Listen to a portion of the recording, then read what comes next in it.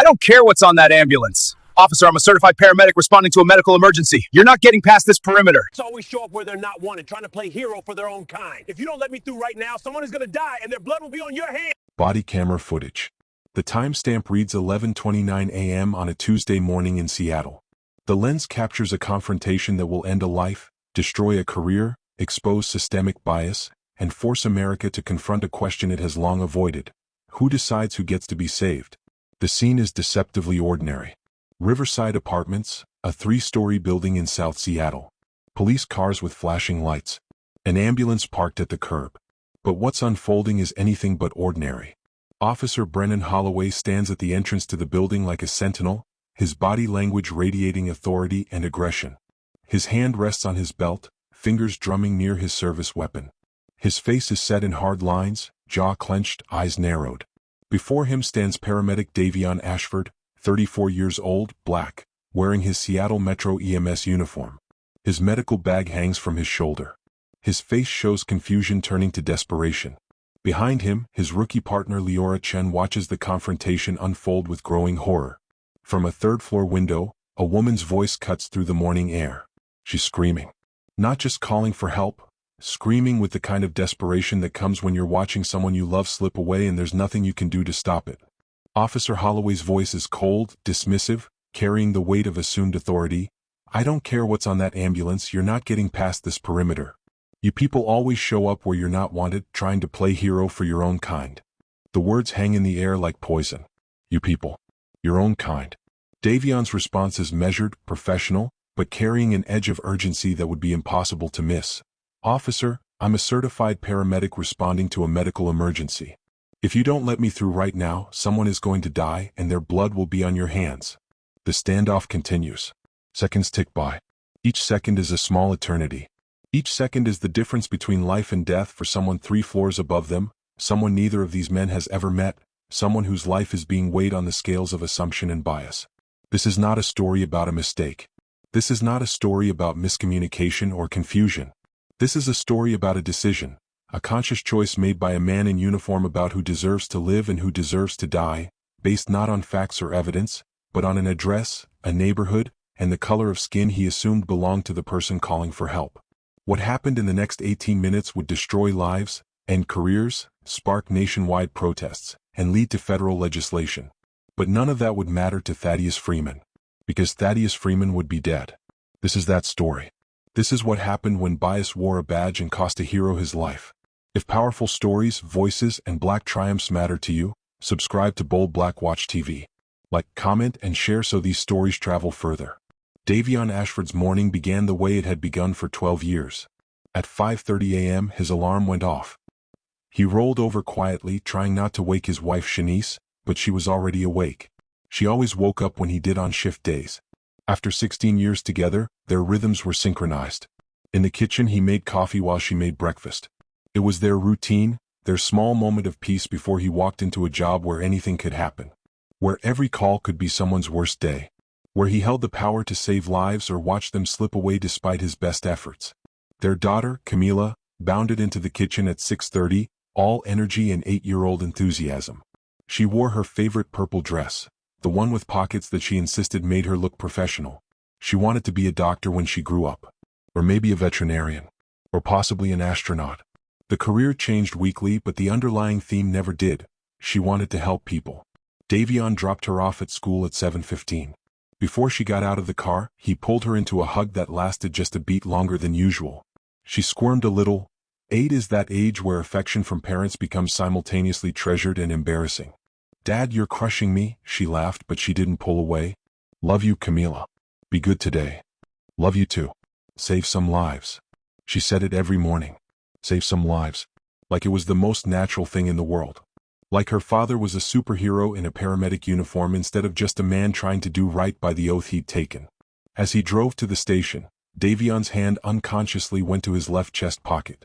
Inside was his most precious possession, his father's old paramedic badge. Number 347. Tarnished brass with scratches and dents from years of service. Garrett Ashford had been a paramedic for 23 years before he died. Davion was 10 years old when he got the news. His father had responded to a warehouse fire in the industrial district. The building was already fully engulfed when they arrived. Firefighters were pulling out, saying it was too dangerous, the structure was going to collapse. But someone inside was screaming. Garrett heard that scream and he made a choice. He went in. He found a man, a homeless veteran who'd been squatting in the warehouse to escape the Seattle winter. Garrett got him out. The man survived with severe burns but alive. Garrett didn't make it out. The roof collapsed while he was carrying the man to safety. His body shielded the victim from the worst of the debris. At the funeral, Fire Chief Morrison had knelt down in front of 10-year-old Davion and pressed the badge into his small hands. Your father was the bravest man I ever knew. He died the way he lived, answering the call. When someone needs help, you answer. That's what he taught all of us. That's what this badge means. Davion had carried that badge every single day for 24 years. Through college, through paramedic training, through 12 years on the job. It rested over his heart, a constant reminder of who his father was and who Davion was trying to be. Before his father died, Garrett had told him something that became the foundation of everything Davion believed. Son, when someone calls for help, you answer. It doesn't matter who they are. Doesn't matter what they look like. Doesn't matter where they come from or what they've done or what people think about them. When they call, you answer. Because in that moment they're not black or white, rich or poor, good or bad. They're just someone who needs help. And we're the ones who help. That's the job. That's the calling. At Seattle Metro EMS Station 12, Davion was something of a legend. 12 years of service. Commendations from the mayor, the fire chief, the city council. 3 community service awards. But what he was most proud of wasn't hanging on any wall. In his locker he kept a small leather-bound notebook. Inside, written in careful handwriting, were 47 names. 47 people whose lives he'd saved over his career. He knew every single one. Their names, their faces, their stories. Marcus Thompson, 17, car accident victim, saved through aggressive airway management. Elena Rodriguez, 42, heart attack, survived through early defibrillation. Daniel Park, 67, stroke victim, saved because Davion recognized the signs early and got him to the hospital within the critical window. 47 names. 47 lives. 47 people who went home to their families because Davion Ashford answered the call. That morning he was training 2 rookie paramedics on seizure response protocols. It was detailed, technical work. Seizures were tricky, they could be caused by dozens of different conditions, and treatment had to be precise and fast. Listen carefully, he told them, his voice carrying the authority of experience. When you get a seizure call, time is everything. You've got a 10-minute critical window from onset to intervention. After 10 minutes, you're looking at potential brain damage. After 15 minutes, survival rates drop significantly. After 20 minutes, you're likely looking at permanent damage or death. He walked them through the protocol step by step. Assess the airway. Protect the patient from injury during the seizure. Administer benzodiazepines if the seizure continues. Monitor vitals constantly. Transport immediately while treating. The key is speed without panic. You move fast but you move smart. Every second counts, but you can't let the urgency make you sloppy. Lives depend on you getting this right. One of the rookies, a young woman named Leora Chen, asked, "What's the worst-case scenario if we don't get there in time?" Davion's face grew serious. "The worst case is we show up and find we're too late. That someone died because we didn't get there fast enough or we didn't do enough. That's the nightmare every paramedic carries. That's why we train. That's why we drill these protocols until they're automatic. Because when the call comes, there's no time to think. There's only time to act." He had no idea that in less than 2 hours he would live that nightmare. At 11:19 a.m. the call came through. The dispatch radio crackled to life. "Unit 17, we have a priority medical emergency at 2847 Riverside Apartments, apartment 304. Caller reports male, 60s, seizure, possible stroke. Caller states patient is unconscious, not responding. Repeat, priority medical emergency. Respond immediately." Davion and Leora were moving before dispatch finished speaking. This was what they trained for. This was the moment when all the drills, all the protocols, all the preparation came down to action. They were in the ambulance within 30 seconds. Davion drove, lights and sirens activated. Leora called out the address, already pulling up information on their mobile data terminal. "Riverside Apartments, that's in the South District," she said. "GPS shows 4-minute ETA." Davion nodded, navigating through traffic. Other cars pulled aside as they approached, the universal response to emergency vehicles. He'd driven this route hundreds of times. He knew every light, every intersection, every shortcut. Review seizure protocol, he told Leora as they drove. She recited it from memory. Assess airway and breathing, position patient on side if possible, protect from injury, administer diazepam or lorazepam if seizure is prolonged, monitor vitals continuously, prepare for transport while treating on scene. Good. What's our critical time window? 10 minutes from seizure onset to intervention. After that, risk of permanent damage increases significantly. Exactly. We don't know how long this patient has been seizing, so we assume the worst case and move accordingly. Every second matters. The neighborhood changed as they drove south. Riverside was a lower-income area, predominantly Black and Latino residents. The buildings were older, well-maintained but showing their age. It was the kind of neighborhood that always seemed to have more police presence than similar white neighborhoods, more surveillance, more suspicion. Davion had noticed it over the years. Response times could be slower in these neighborhoods. Police presence was heavier but often more aggressive than protective. There was an underlying assumption that somehow crime was more prevalent here, that danger lurked around every corner. He'd never let it affect his response time. A medical emergency was a medical emergency, regardless of zip code. They arrived at 11:23 a.m. 4 minutes and 11 seconds from dispatch to arrival. Excellent response time by any standard. Riverside Apartments was a 3-story brick building, built sometime in the 1970s. Not fancy but solid. The kind of place where working families lived, where people raised children and built lives and tried to make ends meet. But as Davion pulled up, his trained eye immediately caught something wrong. Police cars.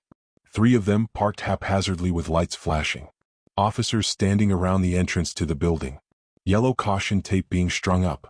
The posture of the officers was tense, aggressive, like they were responding to a violent crime scene rather than a medical emergency. Davion's stomach tightened. This didn't feel right. He grabbed his medical bag, a heavy kit containing everything he might need for first response, and approached the building quickly. Leora followed close behind, carrying the portable defibrillator and oxygen equipment. Standing at the entrance, arms crossed, face set in hard lines, was Officer Brennan Holloway. Davion had encountered Holloway before on other calls. The man had a reputation in the EMS community. Not a good one. He was known for being territorial, for treating medical scenes like crime scenes, for having a particular edge when dealing with calls in minority neighborhoods. But they were professionals. They could work together. People's lives depended on it. Davion approached with his credentials ready. Officer, I'm Paramedic Ashford, Seattle Metro EMS. We have a medical emergency, 3rd floor, apartment 304. We need to access the building immediately. What happened next would change everything. Officer Brennan Holloway didn't move. He stood blocking the entrance, his eyes moving slowly from Davion's face to his uniform to his medical bag and back to his face. The assessment was deliberate, slow, calculated to convey something beyond professional caution. Hold it right there, Holloway said, his voice carrying that particular tone of authority that brooks no argument. This is a crime scene. Nobody goes in until we've secured the area. Davion blinked, confused. Crime scene? Officer, dispatch reported a medical emergency. Seizure victim, possible stroke. We need to get to apartment 304 right now. Every second counts. Holloway's eyes narrowed. ID, now. The request was reasonable on its surface. Verification of credentials at emergency scenes was standard. But the tone, the body language, the deliberate slowness with which Holloway said it, all of it carried an undercurrent of something else. Davion pulled out his credentials, holding them up clearly. His Seattle Metro EMS identification card with his photo, his certification number, his clearance level. The ambulance behind him had Seattle Metro EMS in large letters across the side, lights still flashing. There was no ambiguity about who he was or why he was there. Holloway barely glanced at the credentials. His eyes went back to Davion's face, studying him with an expression that was somehow both dismissive and suspicious. This is a gang-related incident, Holloway said flatly. We've had reports of gang activity at this location. We're securing the scene before anyone goes in. Standard protocol for officer safety. Davion's confusion deepened. Gang activity? Officer, dispatch specifically said medical emergency. Seizure victim.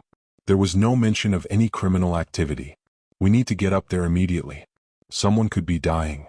From the 3rd floor window, a woman's voice pierced the air. Please. Somebody help. He's not breathing. Please. The desperation in that voice was visceral. It was the sound of someone watching a loved one die, helpless to stop it, screaming for the help that was standing just feet away but unable to reach them. Davion's training kicked in. His body moved automatically, stepping forward toward the entrance. He didn't think about it. He reacted. Someone was dying. He had the tools to save them. He needed to get to them. Holloway moved faster, his body blocking Davion's path, his hand dropping to his belt near his weapon. The gesture was subtle but unmistakable. A threat. "I said nobody goes in." Holloway's voice rose, aggressive now. "You're not going anywhere until my team clears the building." Davion stopped, hands visible, forcing himself to stay calm and professional. "Officer Holloway, I understand your concern for safety, but I have a legal obligation to render aid. That's state law. Someone is calling for help right now. We can hear them. We need to get up there." Behind Davion, Leora spoke up, her voice young but firm. "Sir, seizure victims have a very limited critical window. If someone is having a prolonged seizure, brain damage can occur within 10 to 15 minutes. We've already been on scene for over a minute. We need to go now." Holloway spun on her, his voice sharp. "I didn't ask you, rookie. I'm in command of this scene, and I don't need you telling me how to do my job." Davion stepped slightly to the side, trying to see if there was another entrance, trying to assess the situation.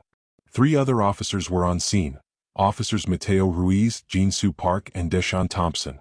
They stood back from Holloway, and their body language told a different story than his. They looked uncomfortable, uncertain. Like they weren't entirely sure this was right but weren't willing to challenge their superior officer. Officer Ruiz caught Davion's eye for just a moment. There was something there, sympathy maybe or recognition that this wasn't right. But he didn't speak up.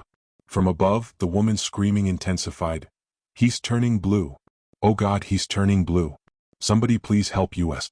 Please." Davion felt his heart hammering in his chest. Turning blue meant oxygen deprivation. It meant they were running out of time. It meant that every second standing here was a second that patient didn't have. "Officer, please." Davion tried to keep his voice level, professional, but the urgency was bleeding through. "That woman is saying her patient is turning blue. That means severe oxygen deprivation. We need to get up there right now or this person is going to die. I'm begging you, let us do our job." Holloway's radio crackled. A voice came through, clear and informational. "All units at 2847 Riverside, be advised, previous gang activity report at this location is outdated. Repeat, outdated intelligence. Current call is medical emergency only. No criminal activity reported." The body camera footage would later show this moment clearly. Holloway heard it. His eyes flickered to his radio. He processed the information. And then he ignored it. He looked back at Davion, his face hardening further. "Dispatch gets it wrong all the time. I know this neighborhood. I've been working this area for 15 years.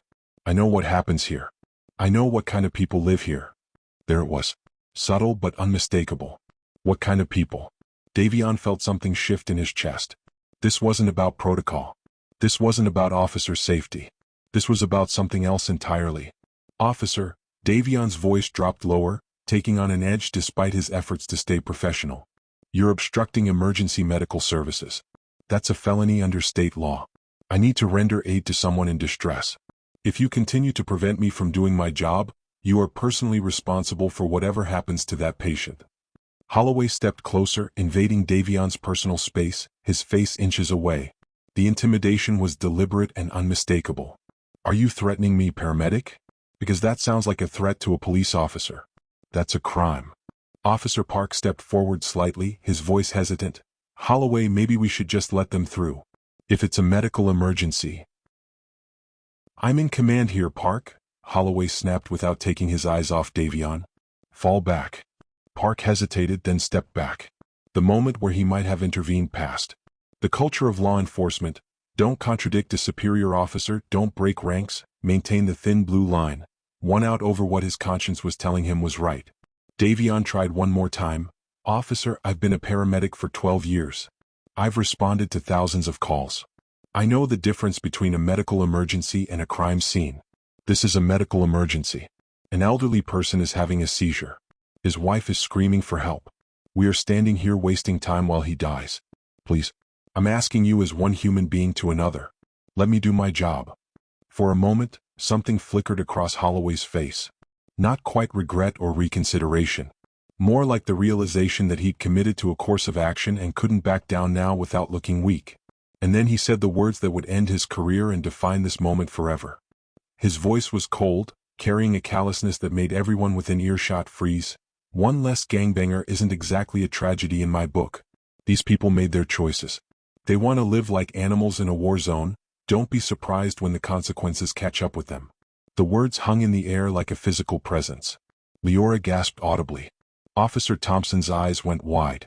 Even Ruiz and Park looked shocked. Davion stared at Holloway, processing what he'd just heard. His mind tried to make sense of it, tried to find some interpretation where those words meant something other than what they clearly meant. These people? Davion's voice was quiet now, dangerously quiet. What people, officer? Who exactly are these people? Holloway realized he'd said something out loud that he usually only thought. For a split second you could see it on his face, that moment of recognition that he'd revealed more than he intended. But instead of backing down, instead of trying to walk it back, he doubled down. His face hardened, jaw clenching. You know exactly what I mean. This neighborhood is nothing but gang violence and drug dealing. Every other call here is gang-related. I'm not going to risk my officers' lives for people who won't help themselves. So you've decided, Davion said slowly, each word carefully measured, that whoever is up there doesn't deserve help.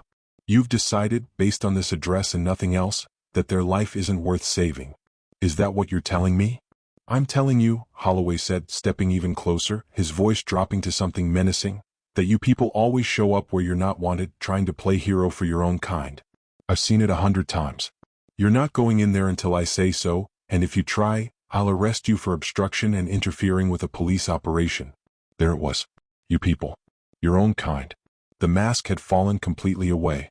Davion felt 12 years of professionalism, 12 years of keeping his cool under pressure, 12 years of being the bigger person in situations exactly like this, all threatening to crack. He was standing there with all the tools, all the training, all the ability to save a life, and he was being stopped not by traffic or equipment failure or any medical complication. He was being stopped by hate wearing a badge. His voice, when he spoke, carried the weight of every ancestor who'd been told they didn't belong, every professional who'd been judged by their skin instead of their skill, every person who died because someone decided their life wasn't worth the effort to save. Officer, I'm a certified paramedic responding to a medical emergency. If you don't let me through right now, someone is going to die and their blood will be on your hands. Do you understand me? Whatever happens to that person up there, it's on you. You're making this choice. The standoff continued. Seconds ticked by. The body camera captured every moment, every word, every shift in body language. The timestamp in the corner of the footage marched forward relentlessly. 11:24, 11:25, 11:26. From above, the woman's screaming had taken on a different quality. Less urgent, more desperate. The sound of someone watching hope slip away. Please? He's not breathing. I can't find a pulse. Please somebody. Leora had quietly radioed for their supervisor, her hands shaking as she held the radio. Her voice was barely audible. Unit 17 requesting supervisor at 2847 Riverside immediately. We have an obstruction situation. Repeat, requesting immediate supervisor response. Officer Thompson stepped forward, his voice tight. Holloway, this isn't right. We should let them through. If someone dies because we... Did I ask for your opinion, Thompson? Holloway's voice was loud now, commanding, shutting down dissent. Nobody moves until I give the order. That's final. 6 minutes had passed since Davion arrived on scene. 6 minutes of a man dying while help stood outside. 6 minutes of a wife watching her husband slip away while she screamed for assistance that was just feet away but unreachable. 6 minutes based on an address, a neighborhood, and the assumptions of one man about who deserved to live. At 11:31 a.m., 8 minutes and 12 seconds after Davion first arrived on scene, EMS supervisor Kellen Martinez pulled up in his response vehicle. Kellen was 53 years old, a 30-year veteran of emergency medical services. He was white, graying at the temples, with the weathered face of someone who'd seen everything humanity had to offer at its worst and best. He'd worked with Davion for 7 years and considered him one of the finest paramedics he'd ever supervised. When Kellen got out of his vehicle and saw the scene before him, his paramedic standing in a confrontation with a police officer while someone screamed for help from a third-floor window, his face went from confusion to fury in the span of a heartbeat. His voice carried across the scene with the authority of 3 decades. What the hell is going on here? Davion turned, and Kellen could see the desperation and rage warring on his face. "Supervisor Martinez, Officer Holloway is refusing to allow us access to the building. We have a medical emergency, third floor, seizure victim. We've been on scene for over 8 minutes and haven't been allowed to render aid." Kellen's eyes went wide. 8 minutes? In seizure protocol, 8 minutes was the difference between life and death, between recovery and permanent brain damage. He spun to face Holloway, and there was nothing diplomatic about his approach. "Officer, you need to let my team through right now. Not in a minute. Not after you finish whatever the hell you think you're doing. Right now." Holloway, suddenly on the defensive, tried to justify, "I'm securing a potential crime scene. There was intelligence about gang activity at this location. I'm following protocol 4. There is no crime scene." Kellen's voice rose to a shout. "It's a medical emergency. A seizure. An old man having a medical crisis. Check your goddamn dispatch." Holloway finally pulled out his radio, scrolling through the messages. Kellen watched him read the update that had come through 9 minutes earlier, the one saying the gang activity report was outdated, that this was a medical call only. You could see the moment on Holloway's face when he realized he'd been wrong. When he understood that his assumption had been based on nothing but outdated information and his own bias. Color drained slightly from his face. His jaw worked silently. But pride is a terrible master. Instead of immediately stepping aside, instead of admitting his mistake and trying to fix it, he tried to save face. "I was following protocol based on available intelligence at the time. Officer safety requires." Kellen got in his face, toe to toe, his voice dropping to something dangerous and disgusted. "You were following your bias. You made a decision about who was in that building and whether they deserved help based on this address and the color of skin you assumed they had. You didn't follow protocol. You followed prejudice. And now someone has been without medical aid for 8 minutes while you played God." Now. The other officers had already stepped aside, creating a clear path. They wanted no part of what was happening. Officer Ruiz looked sick. Park was staring at the ground. Thompson had walked away entirely, unable to watch anymore. Holloway finally stepped aside, his face a mask of defensive anger. "This is going in my report. The paramedic threatened me.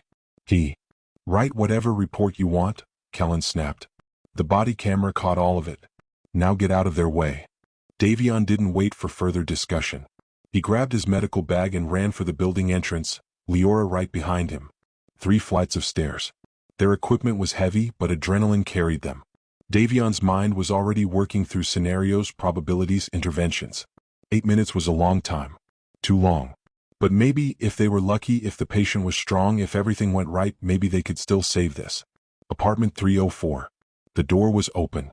Davion burst through and the scene before him confirmed his worst fears. On the living room floor lay an elderly black man. His skin had taken on a blue-gray pallor that Davion recognized instantly, severe oxygen deprivation. No visible chest rise. No obvious signs of respiration. The man was on his back, having fallen during the seizure, one arm trapped awkwardly beneath him.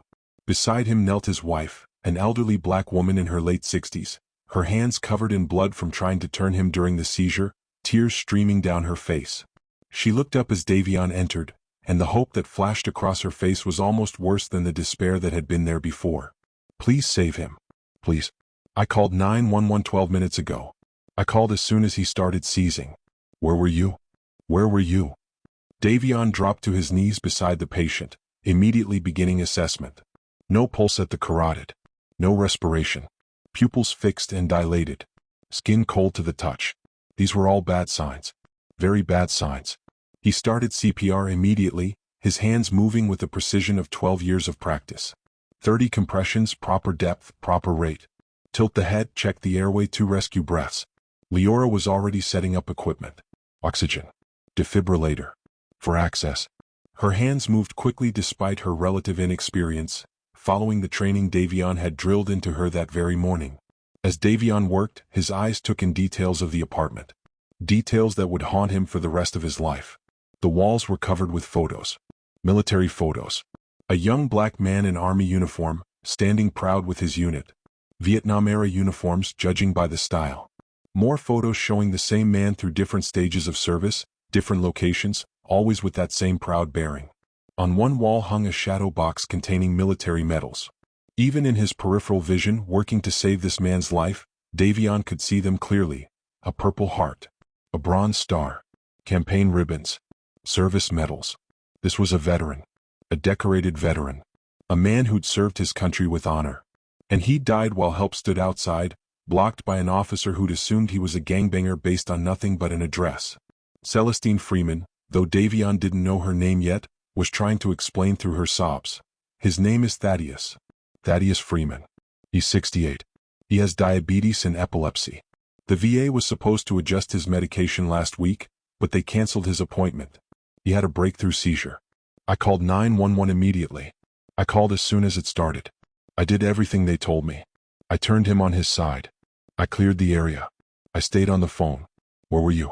Why didn't you come? Davion couldn't answer. All his focus was on the CPR. Compressions. Breathe. Compressions. Breathe. The rhythm was automatic, drilled into muscle memory, but each compression felt like pushing against an impossible weight. Leora had the defibrillator pads attached. The machine analyzed Thaddeus's heart rhythm. No shock advised. Continue CPR. That was bad. It meant Thaddeus's heart wasn't in a rhythm that could be shocked back into function. It meant the electrical activity had degraded past the point where defibrillation would help. Davion continued. He refused to give up. Compressions. Breathe. Compressions. Breathe. Sweat poured down his face. His arms burned with the effort. But he kept going. Kellen had entered the apartment, immediately moving to support Celestine, who was on the verge of collapse. He gently guided her to a chair, his voice low and comforting. Ma'am, they're doing everything they can. My paramedic is one of the best. If anyone can save your husband, it's him. But even as he said it, Kellen could see the signs. He'd been doing this for 30 years. He knew what hope looked like and he knew what futility looked like. Leora administered medications. Epinephrine to try to stimulate cardiac activity. Atropine to address potential bradycardia. But nothing was working. The monitor showed a flat line with occasional, meaningless electrical blips. Davion worked for 4 more minutes. 4 minutes of perfect CPR technique. 4 minutes of desperate hope. 4 minutes of refusing to accept what was becoming increasingly clear. His mind flashed to that morning training the rookies on seizure protocol. His own words echoed in his head. After 20 minutes, you're likely looking at permanent damage or death. It had been 23 minutes since Celestine placed the 911 call. Davion's hand slowed, then stopped. He checked for a pulse one more time, knowing what he would find. Nothing. He looked at the defibrillator. Flat line. He sat back on his heels, his chest heaving, his hands shaking. Time of death, 11:43 a.m. Leora's voice was barely a whisper. Davion, there's nothing. I know, Davion said quietly. I know. He looked around the apartment again, really taking it in this time.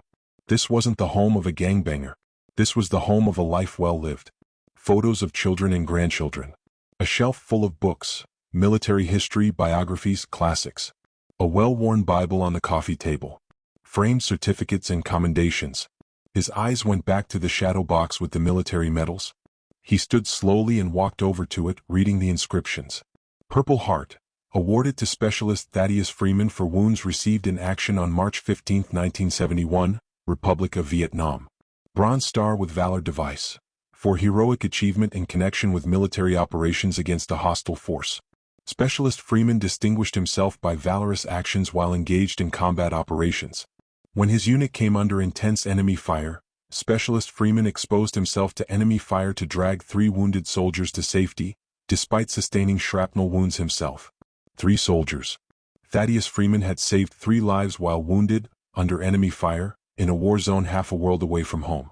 And he died on his living room floor while someone who should have protected him decided his life wasn't worth saving. Davion reached into his pocket and pulled out his father's badge. Number 347. He held it in his hand, feeling its weight, thinking about his father's words. When someone calls for help, you answer. He tried to answer. God, he tried. But he'd been 8 minutes too late. He knelt down beside Thaddeus Freeman's body and gently closed his eyes. I'm sorry, sir. I'm so sorry. You deserved better than this. You deserved so much better. Behind him, Celestine Freeman's scream echoed through the apartment, through the building, through the morning air. It was the sound of a heart breaking. The sound of 50 years of marriage ending on a floor while help stood outside, just feet away but unreachable.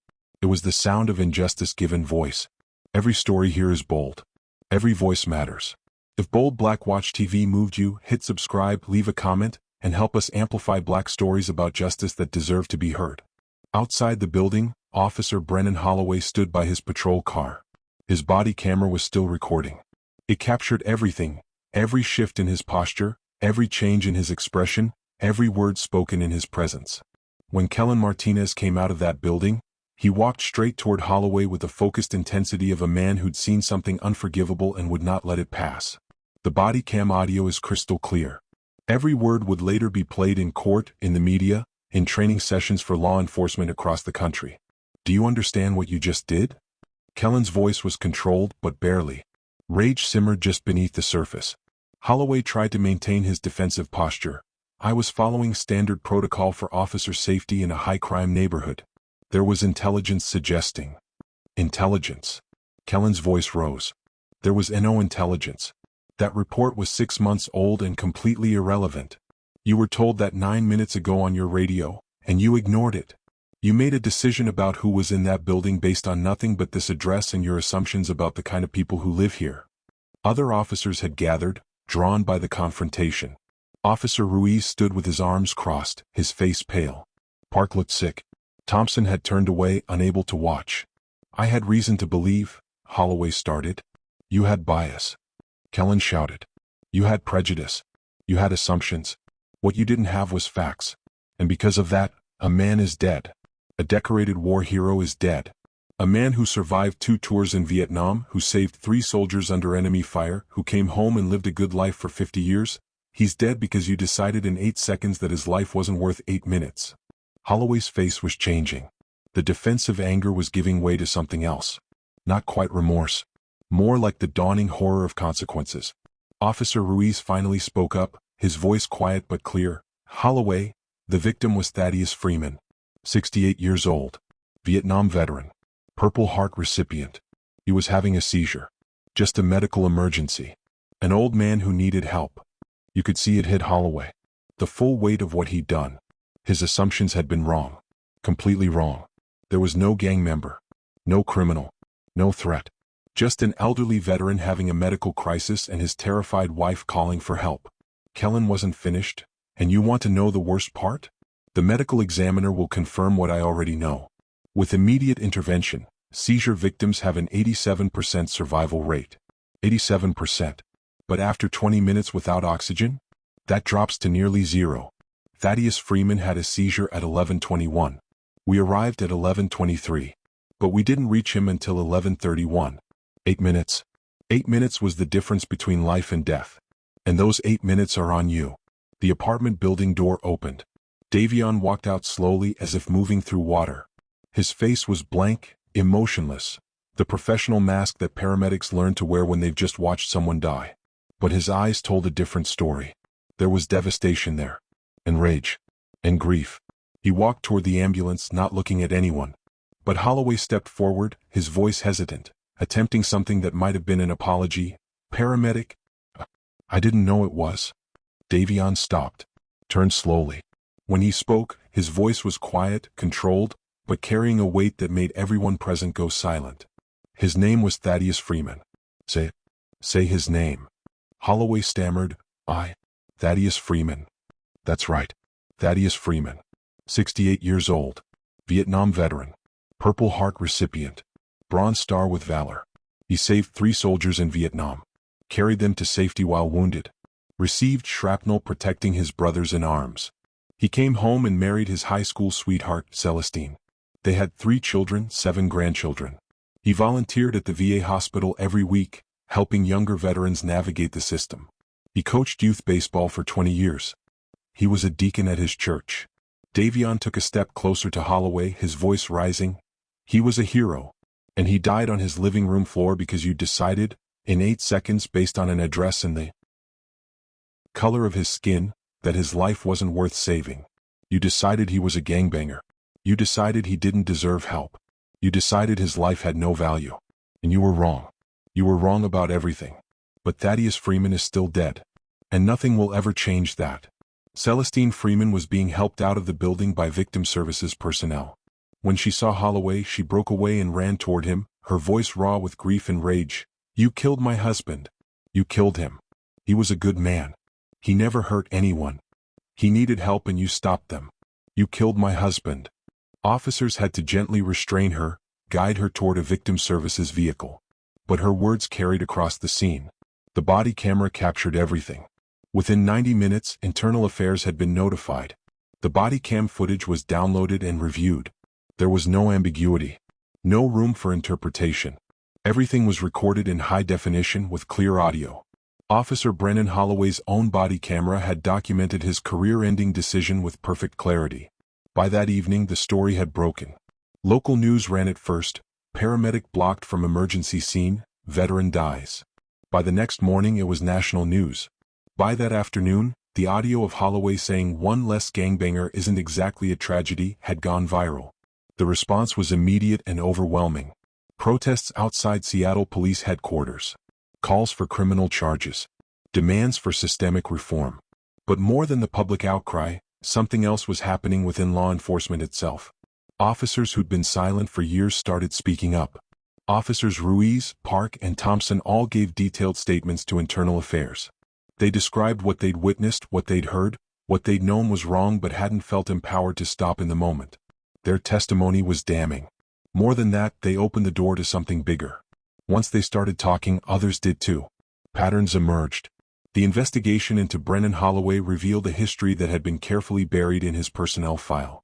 7 previous complaints of bias-based conduct, all from minority communities, all investigated and dismissed. Multiple excessive force complaints, particularly involving Black and Latino suspects. A pattern of treating calls in minority neighborhoods differently than identical calls in white neighborhoods. One complaint stood out. 3 years earlier, Holloway had been accused of using racial slurs while arresting a black teenager for skateboarding. The complaint had been filed, investigated by his own department, and dismissed as unsubstantiated despite 3 civilian witnesses. Another. 2 years ago, a Latino family had complained that Holloway refused to take their burglary report seriously, suggesting they were probably involved in gang stuff themselves. Dismissed. Another. 18 months ago, a black man had complained that Holloway had pulled him over for driving while black, subjected him to an illegal search, and threatened to arrest him when he asked for a supervisor. Dismissed. The pattern was clear. The warning signs had been there for years. But the system had protected Holloway. Until body cameras caught what could no longer be denied. The district attorney, a black woman named Imani Whitmore, reviewed the case personally. What she saw in that body cam footage, what everyone saw, was undeniable. Criminal charges were filed. The announcement came 1 week after Thaddeus Freeman's death. Count 1. Obstruction of emergency medical services, a felony under Washington state law. Count 2. Criminally negligent homicide, the failure to exercise reasonable care resulting in death. Count 3. Civil rights violations under federal law, deprivation of rights under color of law. When the charges were announced, Holloway's attorney held a press conference. He tried to spin it, tried to make it about procedure and split-second decisions and the dangers police officers face every day. But then they played the body cam footage. All of it. The full 18 minutes from Davion's arrival to his entry into the building. The attorney's arguments crumbled in the face of that evidence. Meanwhile, Davion Ashford was placed on administrative leave. It was standard procedure in any incident where a patient dies and questions are raised about the response. But it destroyed him anyway. He sat in his living room, unable to sleep, unable to eat, unable to stop replaying those 8 minutes in his mind. 8 minutes of standing outside while Thaddeus Freeman died. 8 minutes of being blocked from doing his job by someone who'd decided a life wasn't worth saving. Shanice held him at night when the nightmares came. Nightmares where he heard Celestine Freeman screaming, where he saw Thaddeus's face turning blue, where he stood helplessly outside while someone died. "It wasn't your fault," Shanice whispered in the dark. "You tried. You did everything you could." "I was 8 minutes too late," Davion said, his voice hollow. 8 minutes. I've saved people in less time than that. I've brought people back who were gone longer than that. But I couldn't save Thaddeus Freeman because I was 8 minutes too late. His daughter Camila saw her father cry for the first time. She didn't fully understand what had happened, but she understood that her father was hurting in a way she'd never seen before. She climbed into his lap one evening, wrapped her arms around his neck and held him while he sobbed. Davion pulled out his father's badge, number 347, and held it in his shaking hands. He remembered being 10 years old, standing at his father's funeral, being handed this badge and told that his father died a hero. But Davion didn't feel like a hero. He felt like a failure. He thought about calling his supervisor, telling him he couldn't do this anymore, that he was done. How could he go back?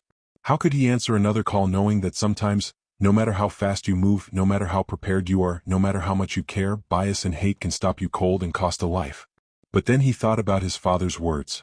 When someone calls for help, you answer. And he thought about Thaddeus Freeman. About a man who'd saved 3 soldiers under enemy fire.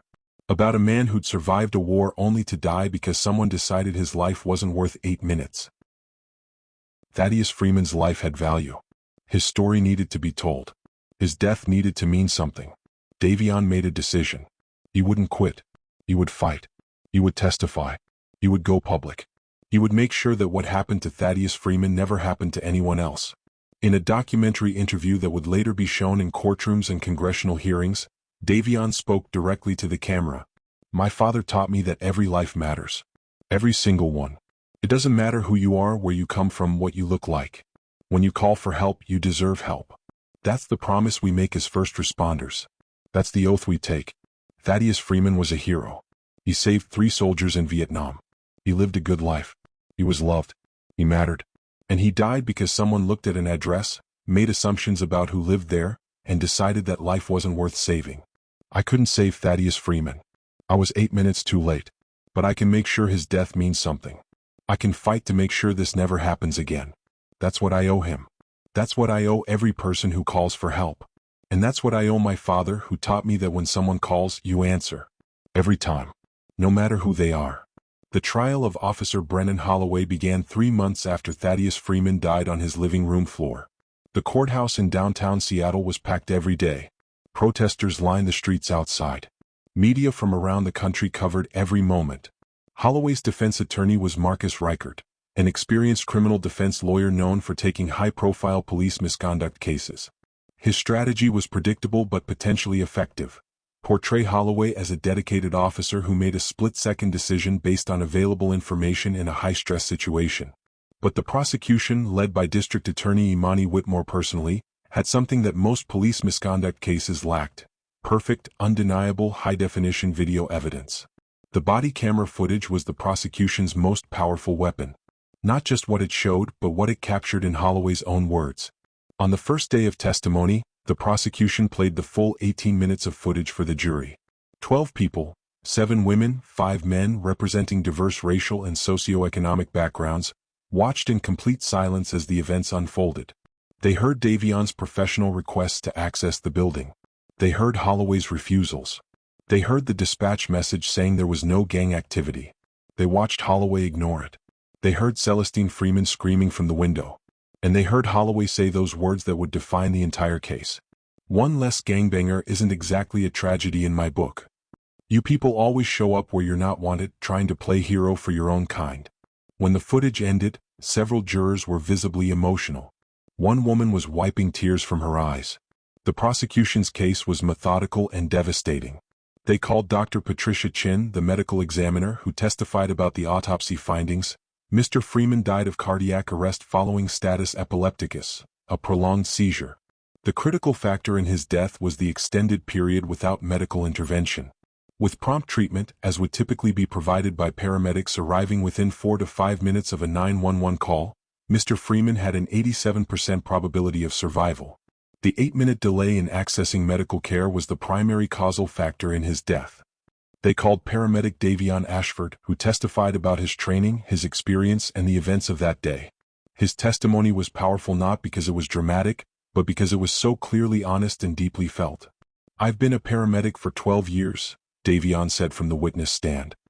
I've responded to thousands of calls. I've saved 47 lives. I keep track of each one. When I arrived at Riverside Apartments that morning, I had everything I needed to save Thaddeus Freeman. I had the training, the equipment, the experience. What I didn't have was access. Officer Holloway made a decision about who was in that building based on nothing but an address and his assumptions. He decided that whoever was up there didn't deserve help. He was wrong about everything. But Thaddeus Freeman is still dead. Reichert tried to shake Davion on cross-examination, suggesting that he'd been confrontational, that he'd threatened Holloway, that he'd escalated the situation. But the body cam footage contradicted every suggestion. The jury could see for themselves how professional Davion had been, how desperately he tried to reach his patient. They called Celestine Freeman. She walked slowly to the witness stand, aged beyond her 67 years by grief. She held Thaddeus's Purple Heart in her hands throughout her testimony. "Thaddeus and I met in high school," she said, her voice steady despite the tears on her face. "He was shy, sweet, always helping others. After graduation he enlisted. Felt it was his duty to serve. He did 2 tours in Vietnam. Came home different, quieter, sadder, but still the same good man I'd fallen in love with. He got his Purple Heart after he saved 3 soldiers. His unit was ambushed. He was hit with shrapnel, bleeding badly. But he saw 3 of his brothers wounded and pinned down. He could have stayed in cover, called for help, saved himself. But that wasn't who he was. He ran out under fire, dragged those men to safety one by one. Nearly died doing it." She paused, composing herself. "He survived a war. He survived being wounded. He came home and we built a life. 3 children. 7 grandchildren. He coached Little League. He volunteered at the VA. He was a deacon at our church. He was a good man. And he died on our floor while I screamed for help. While help stood outside. While someone who was supposed to protect us decided my husband's life didn't matter." The courtroom was silent except for the sound of people crying. They called officers Ruiz, Park, and Thompson, who all testified to what they'd witnessed, what they'd heard, and their growing discomfort with how Holloway had handled the situation. Officer Mateo Ruiz testified, "I knew it was wrong. From the moment the paramedic arrived and Holloway blocked him, I knew it was wrong. But there's a culture in law enforcement. You don't contradict a superior officer. You don't break ranks. You back your fellow officers. I've been taught that since day one at the academy. But that day I should have spoken up. I should have stopped him. I didn't, and I'll regret that for the rest of my life." The prosecution's final witness was Kellen Martinez, Davion's supervisor, who testified about standard EMS protocols, about how police and EMS are supposed to work together, about how Holloway's actions violated every norm of emergency response. "In 30 years I've never seen anything like this," Kellen testified. "Police secure scenes, yes. But they do it to protect first responders, not to block them. And once it's clear there's no danger, which it was clear within minutes, they step aside." Officer Holloway didn't just delay care. He made a conscious decision that whoever was in that building didn't deserve help. That's not protocol. That's bias. And it cost a man his life. The defense tried to mount a case. They called other officers who testified about the dangers of responding to high-crime neighborhoods, about split-second decisions, about the stress of modern policing. But every time they tried to justify Holloway's actions, the prosecution would play another clip from the body cam footage. Holloway ignoring dispatch. Holloway blocking Davion physically. Holloway saying one less gangbanger isn't exactly a tragedy. Reichert put Holloway on the stand in a last-ditch effort to humanize him, to make the jury see him as a flawed person who made a mistake rather than a bigot who cost a man his life. It backfired. Under cross-examination, D.A. Whitmore systematically dismantled Holloway's testimony. "Officer Holloway, you testified that you were following protocol. But dispatch told you 9 minutes before the paramedics arrived that there was no gang activity at that location. Correct?" "Yes, but..." "And you heard that message on your radio. Your body camera proves you heard it?" "Correct." "Yes, but in the moment." "You heard it, processed it, and chose to ignore it." "Correct." Holloway hesitated. I still had concerns about officer safety." "What concerns specifically? What evidence did you have, at the moment the paramedics arrived, that there was any danger?" "The neighborhood has a history of..." "The neighborhood. Not that specific address. Not that specific call. The neighborhood. You made a judgment about everyone who lived in that neighborhood." "Correct." That's not what I meant." Whitmore played the audio. "One less gangbanger isn't exactly a tragedy in my book."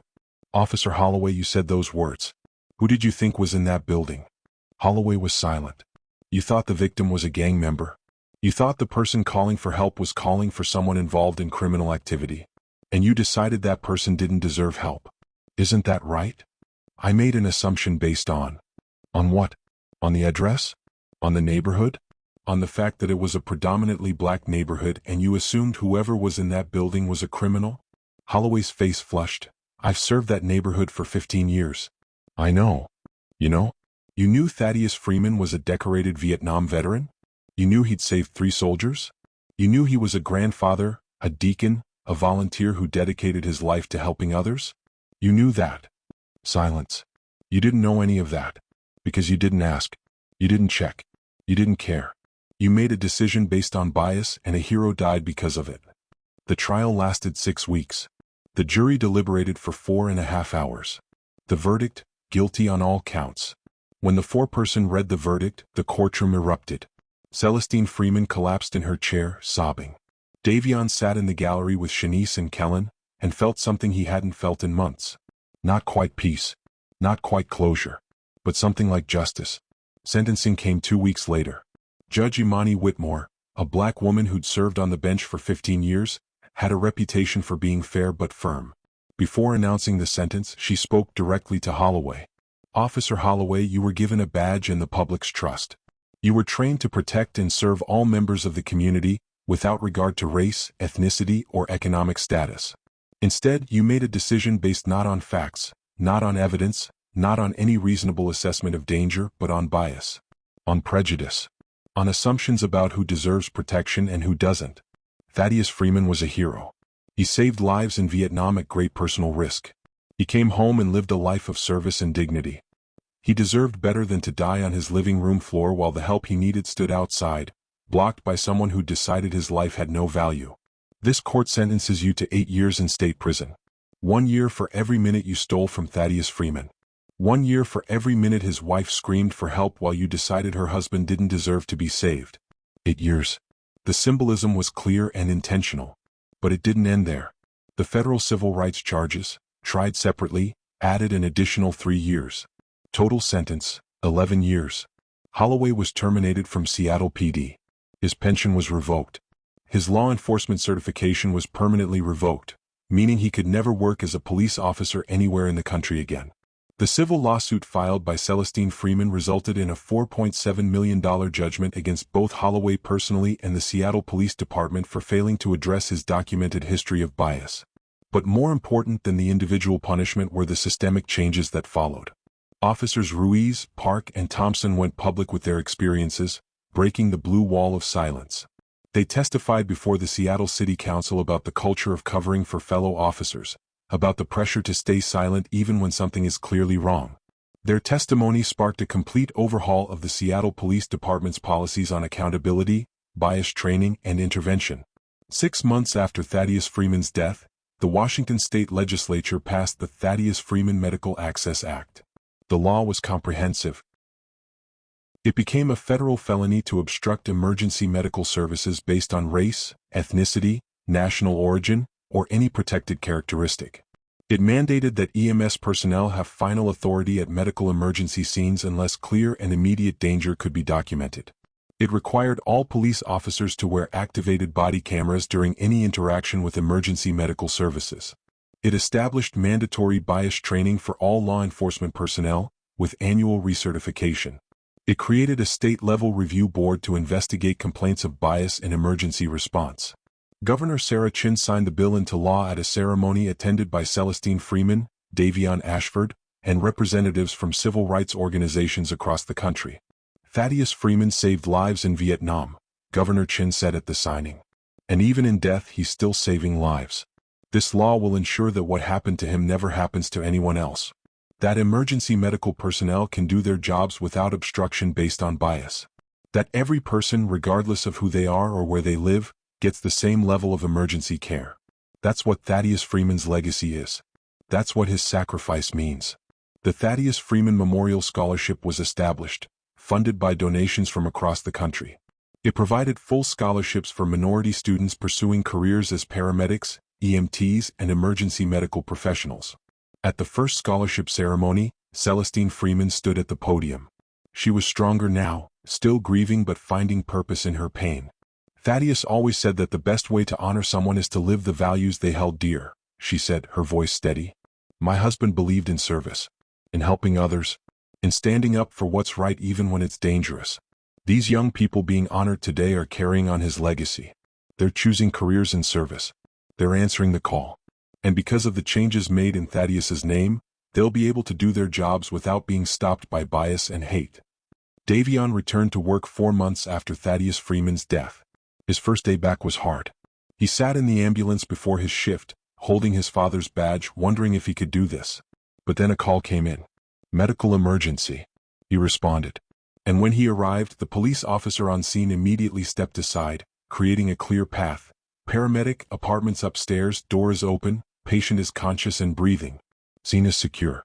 Go ahead. Davion saved that life. And as he worked, performing the interventions he'd trained for, using the skills he'd honed over 12 years, he felt his father's presence. He felt Thaddeus Freeman's presence. When the patient stabilized and they were transporting to the hospital, Davion pulled out his notebook. Life number 48. He wrote the name, the date, the circumstances. But he also kept a separate page in that notebook. On it was a name that would never be a number because he hadn't gotten the chance to save this life. But it was a name he would never forget. Thaddeus Freeman, Vietnam veteran, Purple Heart Bronze Star hero, 1957 to 2025, gone too soon, but never forgotten. At Seattle Metro EMS headquarters, a memorial was established. Thaddeus's Purple Heart was displayed in a case, right next to badge number 347, Garrett Ashford's badge. Two heroes. Two legacies. Both teaching the same lesson. When someone calls for help, you answer. Every time. No matter who they are. The memorial plaque read, Thaddeus Freeman, Vietnam veteran, Purple Heart recipient, Bronze Star with Valor, 1957 to 2025. When someone calls for help, you answer. His death led to the Thaddeus Freeman Medical Access Act. His legacy continues to save lives. He survived war, but couldn't survive 8 minutes of prejudice. We remember. We honor. We commit to doing better. Bold Black Watch TV is more than a channel. It's a community. Subscribe, like this video, and join us as we celebrate justice, truth, culture, and powerful Black narratives. Thaddeus Freeman's story doesn't have a happy ending. He didn't survive. He didn't get to see his grandchildren grow up. He didn't get to volunteer at the VA one more time, or coach one more Little League game, or serve as deacon one more Sunday. He died on his living room floor while his wife screamed for help. While help stood outside, blocked by someone who decided his life didn't matter. But his death wasn't meaningless. It sparked change. It forced conversations. It led to legislation that will save countless lives in the years to come. Every paramedic in Washington state now trains on the Thaddeus Freeman case. Every police officer learns about what happens when bias blocks emergency care. Every emergency responder understands that when someone calls for help, you answer. No matter who they are, no matter where they live, no matter what you assume about them. Thaddeus Freeman survived enemy fire in Vietnam. He saved lives under impossible circumstances. He came home and lived with dignity, with love, with honor. He couldn't survive 8 minutes of prejudice. But his story, his name, his legacy, they survive. They matter. They change lives. Share this story. Make sure his sacrifice wasn't in vain. Make sure his name is remembered. Make sure that what happened to him never happens to anyone else. Because when someone calls for help, you answer. Every time. No matter who they are. What did this story mean to you? Drop your thoughts in the comments, hit like, and subscribe to Bold Black Watch TV for more powerful Black stories that demand to be heard and remembered.